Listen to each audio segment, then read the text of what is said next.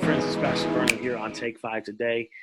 Stepped outside today to do some yard work as we're at the stay-at-home order. So I figure, get the yard looking good. And as I stepped out in the yard to do some work, I had to pause, and I was just immediately moved by this. I don't know what kind of bird it was. Where we live in our neighborhood, behind us is it's a main street, and then there's like open, and so we get to see a lot of different creatures, some foxes, some rabbits, and every now and then we get to like see huge birds. And so saw a huge bird today. Didn't have my binoculars, so I couldn't see what kind of bird, but it was just a massive bird, right?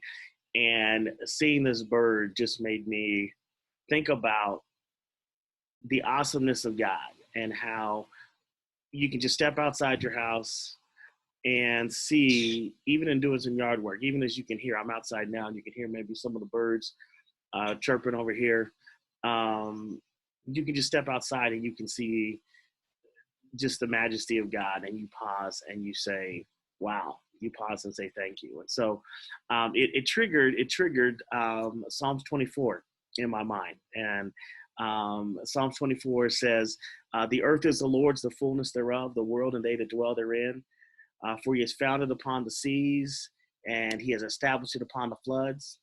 Who shall ascend to the hill of the Lord, or who shall stand in his holy place?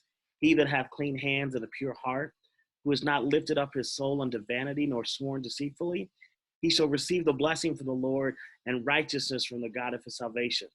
This is the generation of them that seek him, that seek thy face, O Jacob, Selah. Lift up your heads, O ye gates, and be ye lifted up, ye everlasting doors, and the King of glory shall come in. Who is the King of glory? The Lord strong and mighty, the Lord mighty in battle.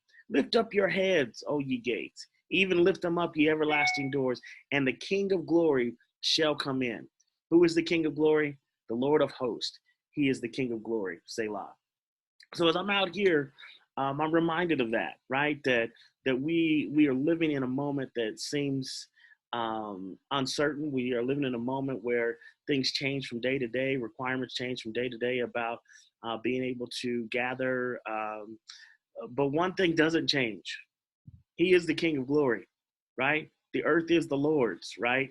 And we have this amazing privilege where you can just step outside, look up into the sky, listen for the sound of birds, do yard work, and just be moved by the fact that he is the King of glory.